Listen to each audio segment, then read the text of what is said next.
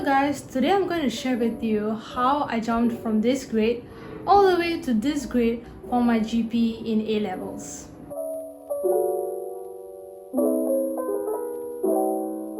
Hello guys and welcome back to our channel. I'm Varija here and I'm currently going to be a year 3 pharmacy student at NUS. Okay, so my first year in JC, I didn't have any form of tuition. It was just me trying to figure out GP and how GP works. So in my first year of JC, my teachers kept changing. So after 6 months, I had another GP teacher. They were all very good teachers, I must say, but they all had very different teaching styles and I was never able to fully grasp their teaching style. So for my midterms in JC1, it was I think a S or E, and for my promos it was a E. I really did put in a lot of effort to try to figure out how GP works and what is the best writing style for me, but for some reason I couldn't get the idea of writing an essay for paper 1, and for paper 2 I just couldn't do the questions properly at all. And then at the end of the first year of my JC, I decided that I needed some help. One of my relatives was teaching GP and he was previously a GP teacher. I decided to be taught by him. So after a few lessons with him, he suggested that I write simple sentences because my sentences are very long, like with a lot of connectors. So that actually made reading the essay a lot more harder for the examiner and also for the teachers. So he asked me to write shorter sentences, which I did, which was like 7 words per sentence, and I tried it and I think my essay improved a lot in terms of it being coherent and it being more understandable for others.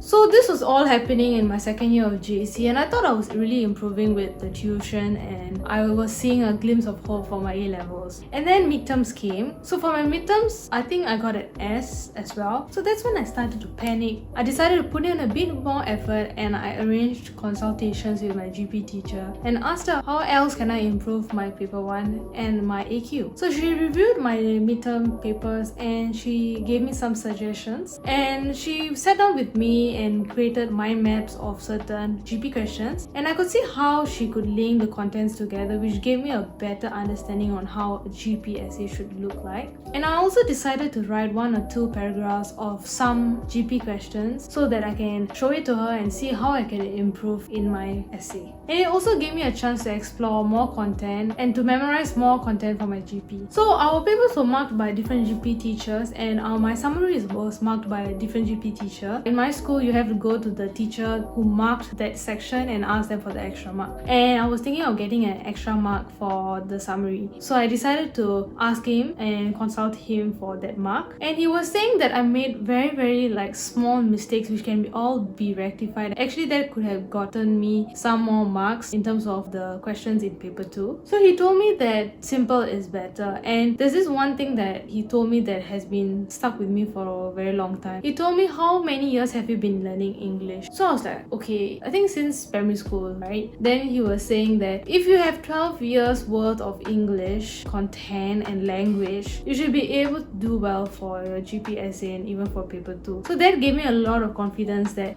with all the knowledge that I have, I would be able to do well. And I decided that I wanted help from him because he gave me a perspective on how a GP essay can be simple but effective enough to get you the right marks for your essay. So I asked permission from my GP teacher whether I can consult this other GP teacher, and she said yes, and I proceeded on to consult both these teachers every week, at least once or twice a week. So I was consulting my GP teacher for my essay while I was consulting this other GP teacher for my AQ. Mr. Hurt was telling me that what I was lacking in my essay. He said that I wasn't coherent enough. So he taught me this method on how to make sure that you're being coherent. So after writing a sentence, you need to write another sentence that links to the first sentence, which is a simple concept, but for me that explanation was so important for me to understand what coherent was. So for example, I say that the first sentence is I was running, and then the second sentence is I went to eat dinner. Maybe these both events are happening in the same paragraph, but the sentences don't follow each other, so that means this paragraph isn't coherent enough. So coherent essay means that I was running, I started to pant and sweat a lot. Something with continuation is actually being coherent, which at that point of time I still couldn't understand, and such simple breakdown of sentences really helped me a lot to understand what coherent meant, and then made essay writing a bit more easier. But the thing was, I was writing my essay very slowly slowly, because for me I needed to make sure each sentences were linking to each other, and that took longer than expected to just write one paragraph. But because I took a lot of time to just do one paragraph, that paragraph was perfect. It made sense to Mr. Hurt, and I even showed it to my GP teacher, and she said I improved a lot because the paragraph made sense now. So he also helped me understand application question better. It's just a short form of essay writing. I applied that same method for my AQ, and my AQ improved a lot. And he also helped me understand the question part of paper 2. So if the question is asking why did Peter do this, we shouldn't start the answer as he was scared and in a hurry he did this, but actually instead you should answer it as Peter did this because. So you just need to plug in the words from the question into your answer and then continue writing your answer. That would make sense, and I actually did better for my paper 2, just copying the words from the question into the answer. After consulting these two GP teachers, I really saw a lot of improvement for my essays, and I thought that I would do better for my prelims, and I was very confident. And I even started liking to write essays because it was so much fun, and seeing myself improve gave me more motivation to write more essays. And that's when prelim came, and I actually didn't do well. I still got an S, and that really broke me down because I was quite confident that I would do better, at least like a D or a C, to show myself that there was some form of improvement in my writing style and my paper 2 as well. So I went to consult Miss Ang again, and she told me that I was writing out of point, and I was actually writing very good content and writing good paragraphs now, but because one paragraph went out of content, so she couldn't give me that mark. I felt like it was really a wasted opportunity, and that really pulled me down a lot. But after a day or two of feeling bad for myself, I told myself this is already the last lap of GP A-levels. I told myself to push forward, and I shouldn't have any regrets after A-levels, so I decided to put in even more effort and also trying to see what were the mistakes I was doing in my GP essay and trying to rectify it first before writing new paragraphs. 10 weeks before the A-levels, the tuition that I initially wanted to go when I was in year 1 suddenly popped up into my brain again. They have this English intensive revision program, so I decided to go, and I really loved how they taught GP. They had different formulas to actually write a paragraph. Following their formulas, I improved my paper 1 even more, and for my paper 2 I saw a bit more improvement as well. So I was glad I went to the tuition because they gave us a paper to do right before the